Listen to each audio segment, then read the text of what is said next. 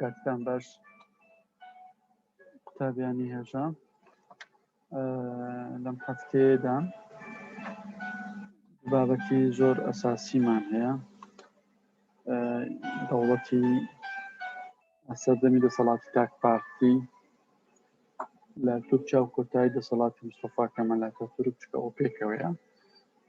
و بابەتی دۆمان سەردەمی ڕێبەرینەتەوەی تورک ئەسمەتی نونۆ لە 1938 تاوەکو 1950 دەست پێکاتن. طبعا ئەو فترەیە فترەیەکی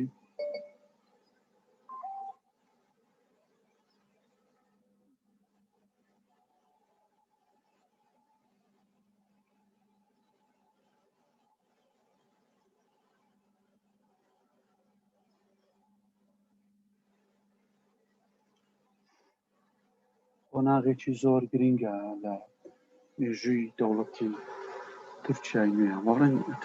تورکیا هاوچەرخ حقیقەتەن قۆناغش زۆر گرینگە و بەشێکە لە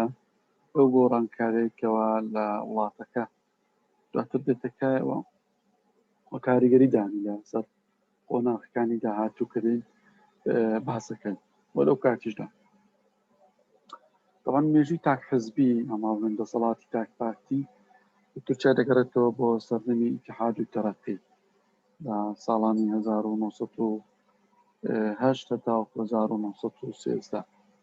و ژیانی سیاسی و بڵێن فرەیی سیاسی و ئازادیەکی بەرچاو بڵێن بەشەکی و ڕێژەی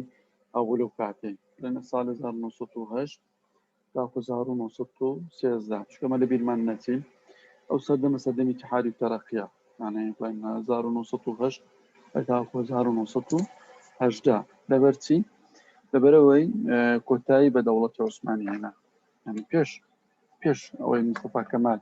دەوڵەتی عوسمانی هەڵبۆشێنێتەوە بەڵام لە ڕووی فعلیەوە پارتی ئیتیحادی تەرەقی با بڵێن ئەوەی کە پێ دەڵێن بە کورتی ئیتیحادی و تەرەقی ئەوە کۆتایی بە بڵێن بە سەردەمی فەرمانڕەوایی بنەماڵەی عوسمانیەکان هێنا یعنی واتە بەگشتی ئەوە نەبوو کە ئەو بنەماڵەیە دەسەڵاتی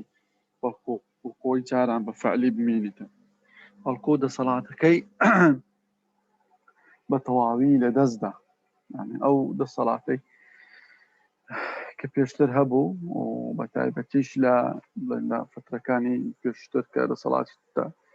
تاقانەی هەموو ئیمپراتۆریەتی عوسمانی لە بنەماڵەی عالی عوسمان بوو یان با بڵێن سوڵتانەکانی عوسمانی دابوو وەکومە لە دەرسی عوسمانی خوێندتن کەواتە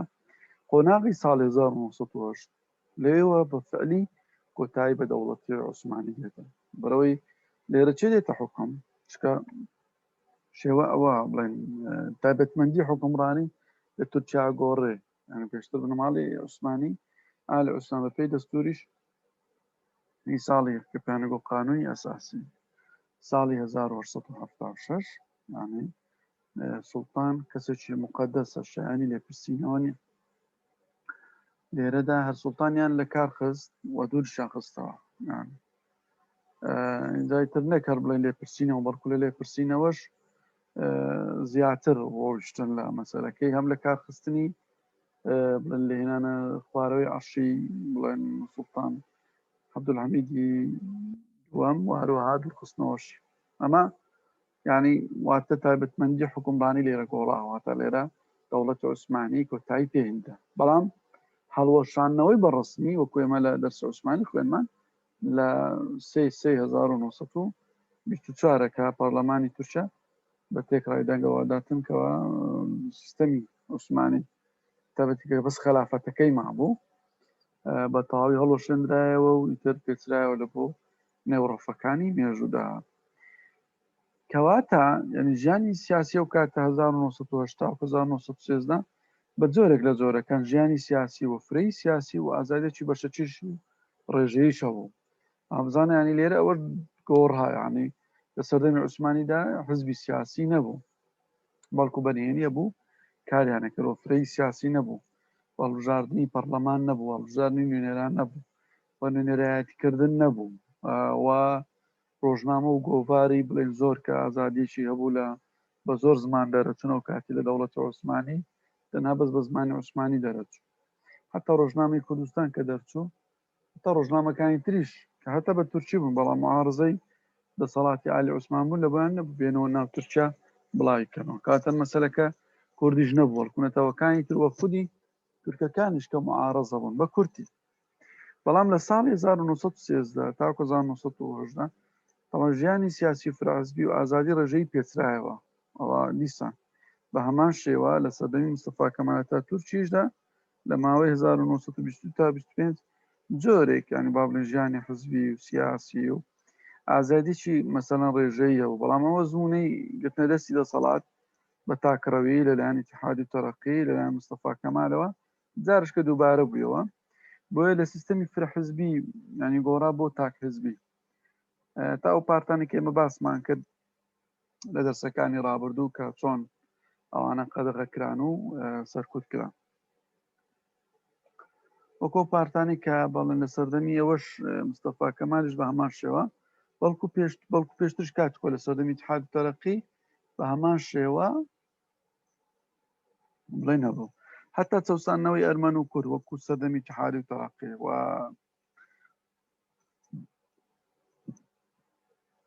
دەرکردنی یاسای پارێزگاریکردنی سیستەمی کەمالی تەمان لەوانە نزیکەی 7500 کەس دەست بەسەر کران و لەوە 6660 کەس لە سێدارەدانە بەرەوەی سیستەمی کەمالی دەسەڵاتی تاک حزبی زۆر تونندڕە بوو لە اتحاد تەرەقیەکان زیاترش تونندڕەوتر بوو ئەوان زیاتر ینی کارکردن لەسەر بەهێزکردن و بەردەوامبوونی دەوڵەت و دموکراتیەت و دەستور و سەروەری نیشتیمان مستەفا کەمال لەو کاتیدا هەستی بەچا کە هەستی بە مەترسی دەکرد وەکو پێش ساڵانی سەردەمی اتحاد تەرەقی چونکە کەسایەتی نێو اتحاد تەرەقی و پارتی گەلی کۆمارچە لە ناو خەڵک ڕێزێکی گەوریان هەبوو یعنی ئەو کەسایەتیانی بەتایبەتیش کە لە ناو اتحاد تەرەقیدا بوون ئەوانە ڕێزێکی زۆر گەوریان هەبوو و خەڵک بە ئەوەی تێگەیشتن و حتا هەندێک کەسایەتی بوون لە ناو پارتی گەلی کۆماری تورکیا ئەومان لەبیر نەچی ینی اتحاد تەرەقی لە 1970 هەڵۆشێنرایەوە و نزیکەی 100 ئەندامی درایدات کە بەڵام هەندێک لە کەسایەتەکانی کە بەشدار نەبوون لە شەڕی یەکەمی زیانی بەشدار نەبوون لە خەفڵعامی ئەربەنیەکان و ئەوانە وەکو کەسایەتی بەهێزمانەوە وەجا مستەفا کەمال لەوانە ترساتەوە دوایوانش لە ناو حکوومەت بوون و بڵێن کە لە ئەستەمبۆڵ مابوونەوە دواتر کە حکوومەتی سەرانسەری دروست بوو لە تورکیا و حکوومەتی ئەستەمبۆڵ هەڵۆشایە و خلافەت هەڵۆشایە و ئەو کەسایەتەکان ئەوانە هەموو بەڕێکتان لە بۆ دەریاوی بنەماڵی عوسمانی ئیتر مستەفا کەمال لە تاتورک و ئەوانەمانەوەن شەر کەسایەتی ئینسانی مەدەنی و کەسی مەدەنی بوون یانی بڵێن بۆیە هیچ شتێکیان لەسەر نەبوو بۆیە مستەفا کەمال هەستی بە مەترسێ کردەوە لەوانە زۆر ترسا نۆکە و کەسانش بڵێنەوە کاتی بارودۆخی خراپی خەڵکو و باری دانەباری ئابووری تورکیا لە دژی ئەو بەخراپ بەکاربێن و بۆیە زۆر دڕدۆنگ بوو لەو کەسایەتیانە ینی ئەوە بیتن بۆیە لە مانجی ئایار و حوزەیران 1926 مستەفا کەمال لە هەڵمەتی گەڕاندا بوو بۆ ناوچەکانی باشوور و خۆرئاوای تورکیا کاتێک زانی لە 15 حوزەیرانی 1926 کە دەویست بچێت بۆ شاری ئیزمیر هەوڵەکی کوشتنی ئاشکرا کرا کە بە سەرۆکایەتی ئەندامێکی پێشووی پەرلەمان بە ناوی ضیا خورشید بوو تەواو ئەو نێردرا بۆ دادگای سەربەخۆیی لە ئەنقەرە و لە 18 حوزەیران ئیتر دوای ئەوە دەستکرا بە ڕەشبگیری سیاسی وەکو باسمان کرد هەموو ئیتحادیە بەرچاوەکان ئەوانەی کە لە حزبی اتحادی تەرەقیدا بوون و کەسایەتی بەرچاو بوون واتە ڕۆڵ و کاریگەریان هەبوو بۆ شار لە ناو خەڵکدا ئەوانە هەموو گیران یعنی ئەوە یەک دواتر ئەندامانی پێشووی پەرلەمان لە پارتی گەلی کۆماری تورکیا تەنها کەسە کە سەرۆکوەزیرانیش بوو کە ئەوەی لە بۆ دەرچوو پێشتر سەرۆکوەزیران بوو و ئەندام سەرۆکی شاندی دانشکاری تورکیش بوو لە لۆزەم حوسێن ڕەئوف ئۆربای و عەدنان ئەدفار ئەوانە لە دەرەوەی وڵات بوونەوە کات ئەوانجا دادگایکردنی ئەوانە دەستی پێکرد لە 26 1926 بەردەوام بوو تاوەکو 12 تەمموزی هەمان ساڵ دادگا ئەوەی بەسەردا سەپاندن کە ئەوانە هەوڵی چی کوشتنیان لە بەردەستداوە بۆ کوشتی سەرۆکۆماری ئەو کاتی تورکیا کە مەبەستی مستەفا کەمال بۆ مەبەستیان بووە کودەتاژ بکە یعنی ئەوەی یەک طبعا 16 بڕیاری کوشتنیان بەسەردا سەپێنرا یانەکۆ گول لە باران کردن نەک لە سێدارەدان چکە بەرەوانە بەشێکی زۆریشان ئەفسەر بوون لە دەوڵەت عوسمانی دواتر چوو بوونە ناو شەڕی سەربەخۆی دواتر لە دوای شەڕی سەربەخۆی کە کۆماری تورکیا دامەزرا بوو ئەوانە ئەوە بوون یعنی بوونە سیاسی اینجا لۆیە کەوان هەوڵی کوشتنیاندایە لە بۆ کودەتای بکەن لەبەر دەبی نەک لە سێدارە بدرێ بەڵکو و لە باران بکرێ طبعا زۆربەی ئەو تۆمەتانە بەسەریان ساغ نەبووە ینی بابڵێ لەو کاتەدا ژەڕەناڵەکان بەتابەتی ژەڕەناڵە سەربازیەکان کە ئەوانەش بەشێکیان زۆریان گیرابوون ئەوانە بەرهەڵا کران ینی با بڵێن ئازاد کران لەوانە مەسەل وەکو کازم قەرەباکێر عەلی فوئاد ڕەفعەت بالی جەعفەر تەیار ئەوانە طبعا لە سیاسەتدا لە داهاتوو ئەوەیان کردن مەرەخەسیان کردن یاتواتە لە سیاسەتدا دووریان خستنەوە بەڵام لە بژێر ئەوەی کە ئەو کەسایەتیانە لە شەڕی سەربەخۆیی تورکەکان دەور و کاریگەریی زۆریان هەبووە بۆیە ئەوانە بڵێن ئەوە کران عەفوو کران و شاری خەڵک دەوری بینی لەو کاتیشدا طبعا لەو سەر و بەنجدا دادگایشکە لە ئەنقەرا بەڕێوە چووکە زۆر شکلی بوو طبعا بۆ 50 کەسایەتی کە زۆر بیان ئەوانە دیسان لە ئیتحاد و تەرەقیەکان بوون لەسەرەوەی کە کاتی خۆی کە دەسەڵات بوونە دژایەتی مستەفا کەمالیان کردووە لەوانە چاریان لە سێدارەدان لە بۆ زانیاری یعنی کاتی خۆی مستەفا کەمال ئەتاتورک لە حزبی ئیتحاد و تەرەقی دەرکرایە خۆی کەسێکیمان بوز بووە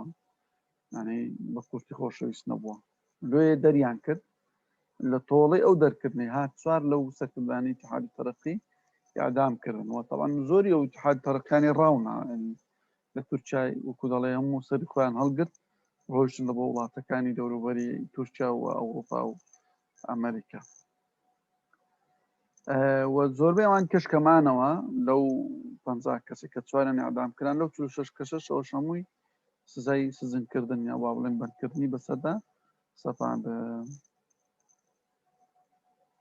طبعا کەسێک زۆر سەیر و سەمەرەیە شتانە حسێن ڕەئوف کە ڕئیس وزەراش بووە بە تۆمەتباری یەکەم لەو مەسەلەی دانرا کە 30 ساڵانیش حکومدرا زۆر خەڵکشکە کە ئەسڵان دەستی لە مەوزوعەکە نەبووە یاخود پێوە ئاگدار نەبووە یان پێوەپەیوەند نەبووە بەڵام بەهۆی پەسیۆ حساباتی پێشوو لە سێدارە دنیا خود گول لە باران کرا ئەجار ئەوە بۆش نەوەستا بەڵکو پەلی کێشا لە بۆ ناو دادگاش یانی با بڵێن مستەفا کەمال کەسێکیان ئەوە کردکەوە ناوی قەرە کەمال بوو وە داواکاری گشتی بووە ئەویان بە داڕەژەری سەرەکی دانا بوو لە بۆ کوشتنی مستەفا کەمال تەوەن بەردەست نەکەوتەوە قەرە کەمالە لەبەرەوەی خۆی شاردەوە دواتر لە ئەستەمبۆڵ خۆی کوشت و پێشتر بڵێن بەپێی محکەمەی مستەفا کەمال کە داینابوو سزای لە سێدارەدانیان بۆ بڕاندبووە طبعا ئەو سیستەمی دیکتاتۆری یا بڵێن تاک حزبی لە تورکیا ئەوە پەرەیسە با بڵێن هەر بەوەش نەوەستا طبعا پێشتر یاسایەکی دەرکردبوو بە ناوی یاسای پاراستنی سیستەم ینی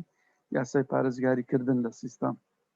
قانون حفظ للنظام قانون حفظ للنظام لە ئازاری 1925 دەرچوو و لەسەر بنەمای یەک حزبی دەسەڵاتدار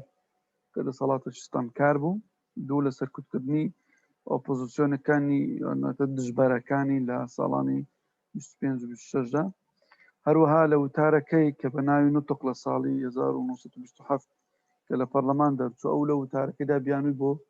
سەرکوتکردنەکانی ساڵانی 1925-26 شێنابوو ئەو یاسایە تا ساڵی 1929 بۆ جێبەجێکردن لە ساڵی 1930 لە کۆنگرەی جەهەپا واتە پارتی تاکە پارتی حکومڕان لە تورکیا لە پەیڕەوی سیاسی و سیستەمی سیاسی تورکیادا تورکیای بە دەوڵەتی تاک حزب واتە حزبی قائید کە حکومی تورکیاکە واتە حزبی پێشتڕۆ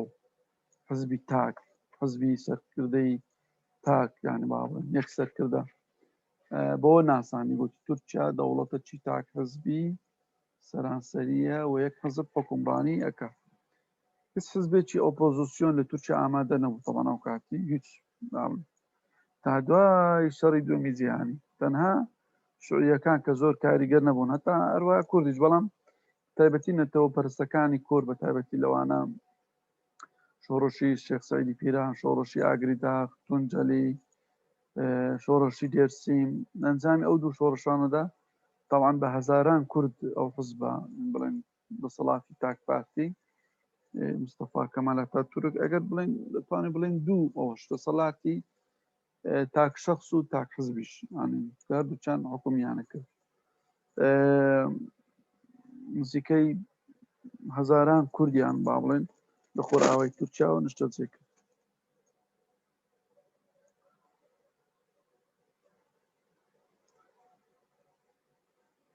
طبعا لەو کاتەدا هەندێک لە ئەوانەی کە مڵکدار بوون و ئەرستۆکراتەکانی عوسمانی کۆن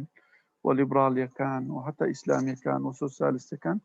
ئەوانە بە بەردەوامی هێرشیانە کردە سەر سیستەمی مستەفا کەمال ئاتاتورک ئەو سیستەمە حزبی و سیاسی کە سەربازی کە لە تورکیا هێنابوو کایەوە و تەمانەوانە لە ڕێگای چێ لە ڕێگەی نامیلکە و ڕۆژنامە و گۆڤار و لە شوێنە دوورەدەستەکانی وەک پاریس سۆفیا دیمەشق قاهیرە ئەوانە یان ناردۆ ناوخۆی تورکیا بەڵام کاریگەریان بەو شێوەی نەبوو یانێ بۆ سیستەمەکە زۆر زۆر توندوتیژ بوواتە هەناسەی لەبەر زۆر شتی بڕێ بوو بە پێی دەستوری ساڵی 1924 پەرلەمان مەرجعیەتی شەرعی بوو بۆ سەروەردی نیشتیمان بەڵام ئەندامانی پەرلەمان لەو کاتدا هیچ دەسەڵاتێکی مەس هەتا قسەکردنی ئاشکرا و ڕخنەگرتنیشیان ینی نەبوو دەبواە ئەندامانی پەرلەمان لەناو فراکسیۆنی پەرلەمان قسەیان بکردایە و پێشتر ڕان وەرگرتە بوو قسەکردنی تەوانەتە ئەندامی پەرلەمانیش زۆر دیاریکرا بوو ئەندامانی پەرلەمان تەنها قرارەکانی حکوومەتیان پەسەند دەکرد و هەروەها بۆیان نەبوو لەسەر کاروباری سیاسەتی دەرەوە قسە بکەن تەنها لە کاروباری ئابووریدا قسەیان زۆرە کرد پارتی گەل واتە حزبی حکومڕان کە تاکە حزب بوو لە سەرانسەری تورکیا ڕێخستنی تایبەتی خۆی و گشتگیریەکی تەواوی بەسەریانە بڵێن بە تەواوی تورکیا هەمووی کردبوو ئەندامی خۆی واتە ڕێخستنێکی بەربڵاوی گەورەی ئێستاکە زانی ژمارەیەوەکانی چەندە دەخوێنینەوە هەرچەندە ئەمینداری گشتی جەهەپە ڕەجەب باکر ڕێنمایی دەدای ئەندامانی پەرلەمان سەرۆکی حکوومەت کە تەبان ئەو کاتە سەرۆکی حکوومەت لە ناو پارتی گەل عوسمەتینۆ پلەی حزبەکەی چ بوو سەرۆکی جێبەجێکردن بوو واتە سەرۆکی مەکتەبی سیاسیەوە با بڵێن یان بەرپرسی دەستەی مەکتەبی سیاسی یانە بەرپرسی مەکتەبی سیاسی بوو واتە با بڵێن لە ناو جەهەپە و سەرۆک کۆما سەرۆکی حزب بوو زاڵ بوو بەسەر جەهەپ تەوان ئەو دوو کە شەخسیاتانشیە بوو ڕەجەب باکر عوسمەتینۆش بەڵام مستەفا کەمال حتا لە ناو حزبیش زاڵ بوو بەسەر جەهەپەدا زاڵ بوو و حزب و دەوڵەت ئەو کاتی دوو ڕووی وەکو دەڵێ وەکو دراوەکی بوون دوو ڕووی یەک دراو بوون واتە و نەیتوانی پەرە بە ئایدۆلۆژیا و کەسایەتی و پەیکەری ڕێخستنی سەر بەخۆی بدات و حتا بیرۆکراتیی لە بڵند بوو دەربازی بێت لە بیر و باوەڕی کەمالیزم عوسمەتینۆش بە هەمان شێوە لە ساڵی 1936 لە کۆنگرەی جەهەپەدا با بڵێن کە لەس ئاسانسیان کرد هەتا ئەویان کرد بڵێن پەیکەری جەهەپەیان لەسەر حکوومەت داخشتەوانێ حکوومەت داوام دەزگای چۆن هاستان هاتن حزبیان وەکو دەوڵەت لێ کرد ینی واتە قالبی دەوڵەتیان لە حزبی هەڵکێشە لۆی کە بۆ نمونەوالی هەر شارێک دەبێت سەرۆکی لقی جەهەپەش بێت لە هەر هەرێم بێت یان لە هەر هەرێمێکیش بێت واتانی محافظ هەم مەسئولی حزبە لە محافظەکەی لە تورکیا ئەو کاتی و هەمیش بەڵێن بەرپرسی ئەو ماڵی گەلیان پێگو ئەوان وەکو مەقەڕ با بڵێن وەکو نامشانانێک کە هەیە ماڵی گەل واتە ناوەندی ڕێخستنی سیاسی پارتی گەلی کۆماری تورکیا بەناوی ماڵی گەل بوون هەڵک ئێڤلەر یعنی ئەوە بە تورکی بەو ناوەی بەناوبانی و لە ماوەی سەردەمی پارتی تاک حزب سەردەمی پارتی تاک فەرمانڕەوا لە تورکیا 4 هەڵبژاردننی پەرلەمانی بەڕێوچ بەڵام هەموو ئەندامان لەلایەن سەرۆک و سەرۆکی جێبەجێکردن ئەمینداری گشتی لە کۆنگرەی حزبی جەهەپە هەڵدەبژێردان دواتر بۆریستی هەڵبژاردن دادەندان و ترە ئەوانە دەرەچوون پێچکە نەبوو زیاتر دەربیستن هەندێک لەوانە دایاننا وەکو شتی ئاوەکو ڕێکلامەکە بۆینەوە سەر بەخۆ هەیە و ژن هەیە و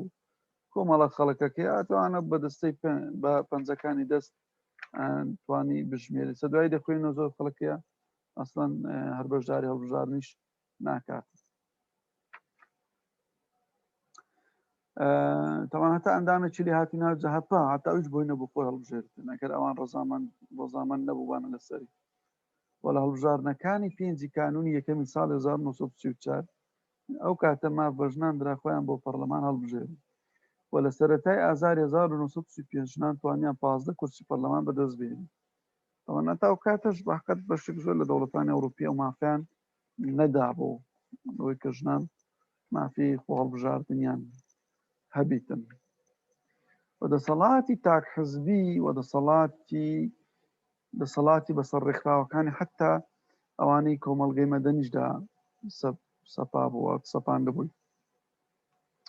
و بیرۆ باوەڕ و حتا بەسەر ڕێکخراوەکانی ئەوەی کە بڵێن بیرۆ باوەڕی کەمالیزمی و لە ڕووی کۆمەڵایەتی لە ڕووی سیاسی کولتوری ئەوانە هەمووی بەسەر ئەواندا سەپاندە بوو لە سەردەمی دەسەڵاتی تاک حزبی لە تورکیا ئەو کارانەکران یەکەم دانانی 30 کورسی بۆ سربەخۆکان لە پەرلەمان لە 1930 و دانانی 16 کورسی بۆ سربەخۆکان لە پەرلەمان لە 1935 بەڵام 13 کەس خۆیان هەڵبژارد ئەگەر تەماشا بکەین بزانین 16 کورسیان دانایە 13 کەس خۆی هەڵبژاردیە کە بچیتن لە بۆ کورسی سربەخۆکان خۆی هەڵبژێن ئەنی کەس باوەڕی پێ نەبوون و ئەو بڵێن بۆ نمونە حتا وای لێکردکەوە زۆربەی ئەو دروستنەوە سیاسی و کۆمەڵایەتیانێک کە هەبوون ئەوانەی هەموو داخستن بەتایبەتی کە لە شێوە ڕێکخراو خۆیان ڕێکخست بوو و ناویان لە خۆناو مەسەلەن بۆ نمونێک لەوانە بزوتنەوەی تورکیای نیشتیمانمانە تورک ئۆجاکلۆرە ینی جارێ ئەوانە بە سەرۆکایەتی حەمدوڵڵا سۆفی کرایەوە کە تەواو پێشتر وەزیری پەروەردە بوو کاری لەسەر بڵاوکردنەوەی بیر و باوڕینەتەوەی و بڵێن لایەنی ئەلمانێت لە تورکیا و لە چوارچێوەی تەمان وانە گوتنەوە بوو لە شێوەی ئەڵقەی زانستی و ئەڵقەی پێشەنگایەتی و ئەڵقەی ڕۆشنبیری ئەوان ئەو لە ساڵ 1930 ئەویشی داخست اینجا مەسەلەن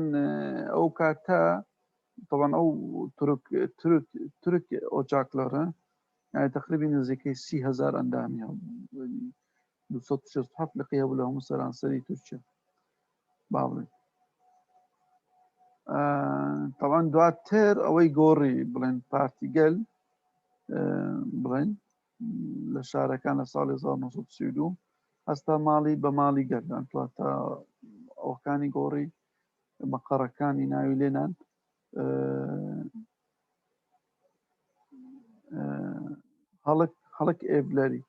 هەڵک ئێڤلەرە طبعا ئێڤلەری لە گوندەکانیشی کردی بە ژووری گەل یعنی هەڵک ئۆدەلەرە یعنی ژوورەکانی گەل ئەوانە داپە ساڵانی دوای دومی جیهانیش ئەوانە نزیکەی 500 ماڵی گەل بوون تەمان زۆربەی زۆری ئەو ماڵی گەلانە هەموو بینای حکوومەتی بوون ینی با بڵێن هەموو بینای حکوومەتی بوون حکوومەت بڵێن سەردەمی عوسمانیەکان تەڵان ئەوانە دەستیان بەسەر داگرتە بوو کردویانە مەقڕی حزبی بەڵام دوایە کە گۆڕانکار لە تورکیا دێتەکایەوە لە ساڵی 1945 تاوەکو 1950 لەوێشەوە لە سەردەمی پارتی دیموکرات تاوەکو 1960 ئێتر ئەو ماڵی گەلانە هەموو ئەکرێنەوە جێگای خزمەتگوزاری گشتی لە تورکیا بەڕێزە ئەو قۆناغا ئەنی قۆناغێکی زۆر گرینگە بۆ خوێندنەوە لەسەری وە لێکۆڵینەوەکردن و هەروەها بڵێن زیاتر هەڵسەنگاندن و شیکردنەوەکردن لەبارەی هەر بووە لە ساڵی 1924 کێچەتی ژنانی تورک دامەزرا لە ساڵی 1935 ئەویان هەڵۆشاندەوە کە لەگەڵ پارتی جاپە تەمەنانم یەخزگوتی پێویست ناکە یەکەتی ژنانی تورکە بیتن بەڵکو بە هەموو بێن لە ناو پارتی گەل کار بکەن جا بۆیە گوتیان مافەکانی لەبەرەوە چش بگوتە مافەکانی ژنان بەدی هاتوون و مافی هەڵبژاردنیان هەیە و مافی خۆپاڵاوتنیان هەیە حتا لەو سەروبەندیدا سندیکا ڕۆژنامە نووسانیش داخرا لە تورکیا لە ساڵی 1925 هەموو ڕۆژنامە و گۆڤارەکان داخران کە زیاتر ئەوانەی بەتایبەتی مەیلیان بەلای لیبرالی و سۆسیالیزمدا بوو هەندێک ڕۆژنامە بنوەکو یارن ینی سبەینێ یان سبەی کە لە ساڵانی 1920 تا 31 لەلایەن عارف ئوروچ بەردەوام ڕۆژنامە چی سەرکەوتی تەمان سەپی تورکیای بوو و هاوڕێی کۆنی هەتا مستەفا کەمال و فەتحی ئۆکیارش بوو ڕێگەیان پێدرا یارن ڕۆژنامە یارن دەربکاتن و کێرش بکاتە سەر لایەنی سیاسەتی هەتا سیاسەتی ئابووری حکوومەت کە عسمەتی نۆ سەرۆکایەتی ئەکرد بەڵام لە ساڵی 1930 ئەو ڕۆژنامەیە داخرا بەهۆی دەسەڵاتداریکە دەسەڵاتدارێتی تاک حەزبەوە کە قانونی نوێ ڕۆژنامە نووسی لە تورکیا دەرکرد کە هەر ڕۆژنامەیەک هاودش بێت لەگەڵ سیاسەتی گشتی دەوڵەت ئەو دەبی دابخرێتن لە ساڵی 1933 جامعەی دارالفنون گەڕایە بە ناوی زانکۆی ئیستانبول و تەمان زۆر لەو مامۆستانیان دوورخستنەوە سێ مامۆستا لەگەڵ 100 لە فەرمانبەرەکانی و هەموو ئەوانەی دانراون تەمان زۆربەی مامۆستایەکان ئەوانە لە هێڵی مستەفا کەمال ئەتاتورک بوونەوەتە لە سیاسەت و بەرنامە و ئاکار و کردداری ئەوە نزیک بوون ئەو سیاسەتی ڕەشە چێشکردنی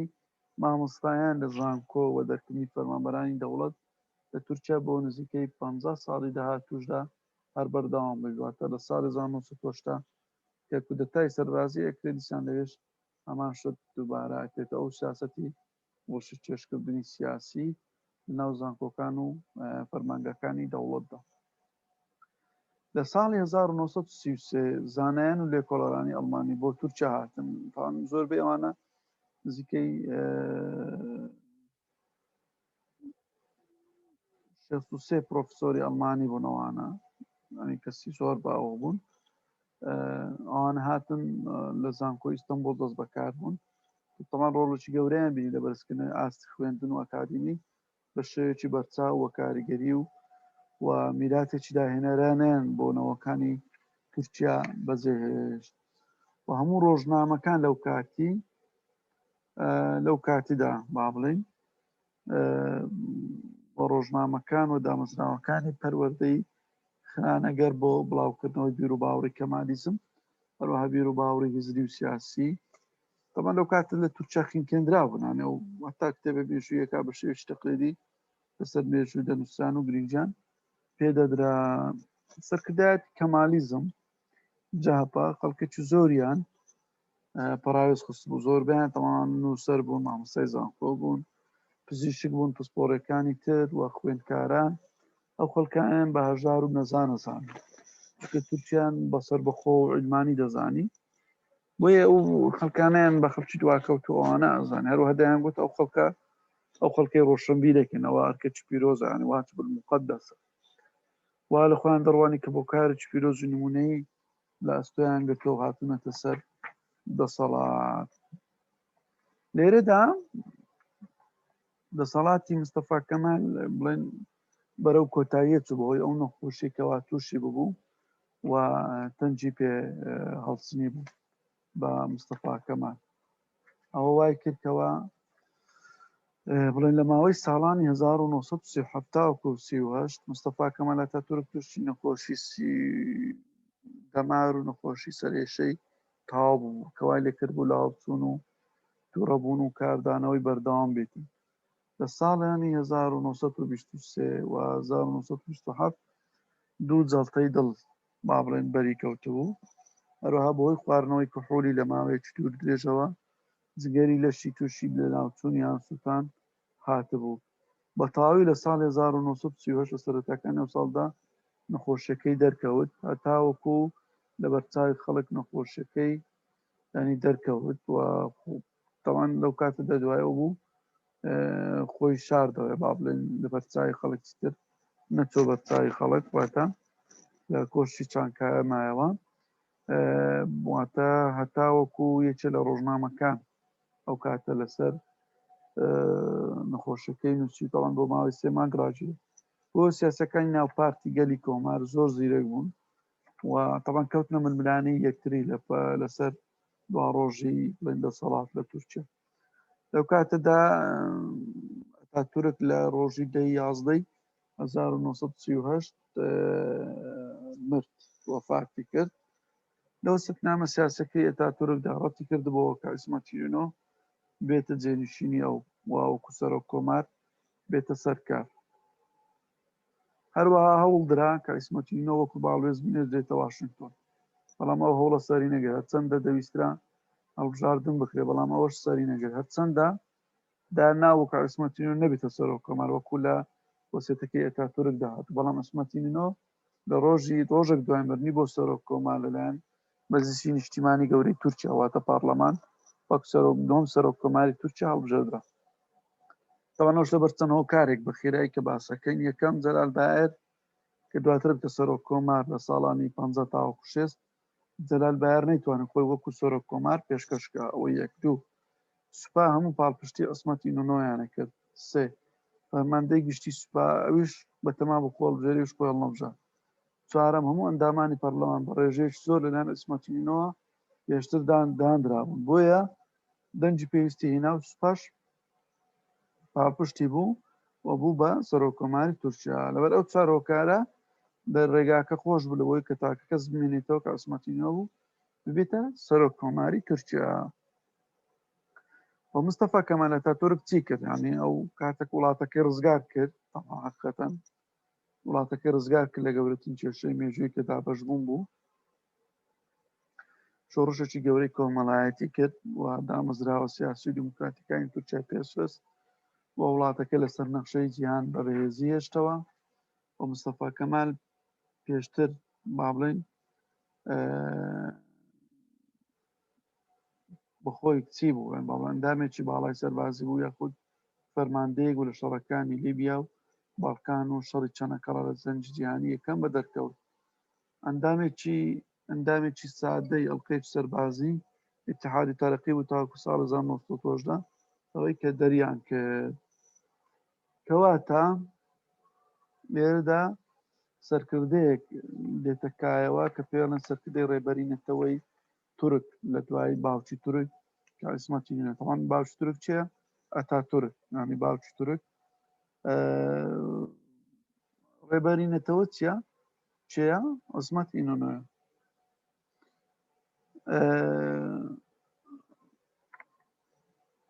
ئەسمەت ئینۆ خۆی وەک سەرکردەیەکی گەورەی نەتەوەیی ناسان لەو کۆنگرە ئاسایی کە پارتی گەلی کۆماری تورکیا لە کانونی یەکەمی ساڵی 1938 گرەیدا دروشمەکانی ئەتاتورکی گۆڕی وەک سەرۆکی ئەتاتای حزب بۆ سەرۆکی بەردەوامی حزب هەروە دەستەواژەی میلی شاف ینی باڵێن پێشەوای نەتەوەیی میلی شاف کردیە نازناوی خۆی تایبەت بەخۆی کە لە کۆتاییەکانی 1930ەکان بە سەر کەمال ئەتاتورک بەخشرا بوو ینی ئەو واتە چی کرد ئەوی لە بە خۆدانا و دەستەواژەی میلی شاف پێشەوای نێتەوە هاتە ڕێبەری نێتەوە سەرۆکی حکوومەت وەکو خۆی مایەوە تەڵەن ئەو کاتێککە جەلال بایار بوو بەڵام لە 25 کانونی دووەمی 1939 دەست لە کار کێشایە بە هۆکاری بوونی کێشە لە نێوان ئەو عسمەت ئینۆنۆدا بۆ هۆکاری کێشەی ئابوووریەوە هەرچەندە ئینۆ لە پشتەندێک لە ڕۆژنامە و گۆڤارەکان بۆیکەوە هەڵمەتێک بکەنە سەر حکوومەتەکەی جەلال بایار بۆی لاوازی بکەن هەروەها تۆمارکردنی داوای قەزایی لەسەر حکوومەت و لەسەر کارەکانی لە ماوەی ساڵانی 1930 ئەسمەت ئینۆ هەوڵیدا سەرکردەکانی شەڕی سەربەخۆی تورکیا لە خۆی ڕازی بکە و سەرکردەکانی هەڵت ئەوانی کە هەڵاتە بوون وەکو عەلی فواد وەکو ڕەفعەت باعلی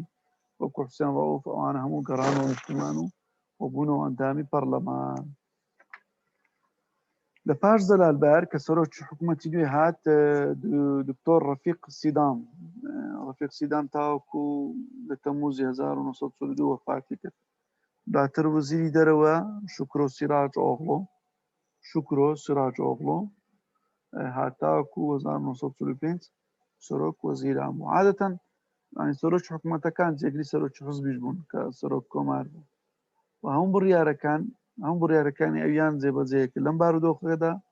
لە سیەکان و چلەکانی سەدەی بیستەمدا تورکیا سیستەمە سیاسەکەی لە دەوڵەتانی دیکتاتۆری وەکو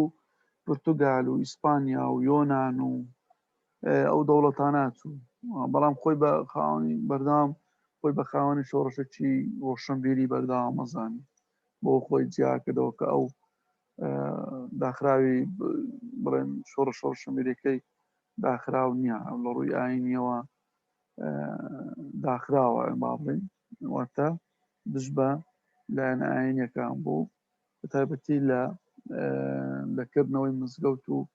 لە تەچەوخانە قایەکان و لەچەکان ڕابوو دو باسمان کرد کە لە سەدەی مستەفا کەمال ئەتاتورک بەردەوام بوو. یانێ خۆی بە داخراوی ڕۆشنبیری نازانێتە ڕۆشنبیریەکی کراوەیە، بەڵام لە ڕووی ئاینیەوە تەواو داخرا بووە تا زۆر تون بوو بەرامبەر بە پرسە ئاینیەکان. تورکیای سەردەمی عوسمەتی نۆ زۆر تەوان لەژێر کاریگەری دیکتاتۆریەتی حەوزی دەریای سپی ناوەڕاستدا بوو، ئەویش لەوانە مۆسۆلۆنی و هەندێک لە بیر و باوڕەکانی ئەو بە هەندێک لە بیر و باوڕەکانی ئەو کاریگەر بوون، وەک بەهێزی یەکگرتووی نیشتیمانی ئیتاڵیا، هەروەها چالاکی سیستەمە سیاسەکە تا کار گەیشتەوە لە تورکیا هەندێک یاسا دەربچن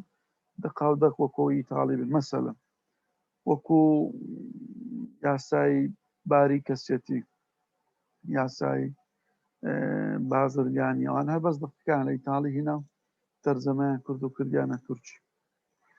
طبعاً سیستەمی کەمالیزم و مۆسۆلۆنی لە چەند شتێکدا هاوبەش بوون. یەکەم نەتەوە پەرستی تۆندڕەو بوون، دووەم لە ئەفسانەی نەتەوەیی مێژووی کەوتارێکی ڕەگەز پەرستی هەبوو و سێەم تایبەتمەندی زۆرداری و ستەمکاری، چوارەم قۆڕکاری تەواو بۆ یەک تاک حزب بۆ لایەنی سیاسی کۆمەڵایەتی ڕۆشنبیری، پێنجەم بە پیرۆزکردنی کەسایەتی وەکو مۆسۆلۆنی لە ئیتاڵیا، ئەتاتورک و ئینونۆ لە تورکیا و تەرکیزکردنە سەر یەک پارچەی نیشتیمان و ڕەبزکردنەوەی ململانەی چینایەتی. ئەو شەش جیاوازیە هەبوون لە نێوان سیستەمی مۆسۆلۆنی و کەمالیزمدا. هیوادارم سوودتان لەو بابەتە وەرگرتبێ کە بابەتێکی باڵکێشە بۆ خوێندنەوە و زانیاری وەرگرتن لەسەری. سوپاس لە بۆ ئامادەبوونتان، هەر شاد و سەرفراز و سەرکەوتوو بن.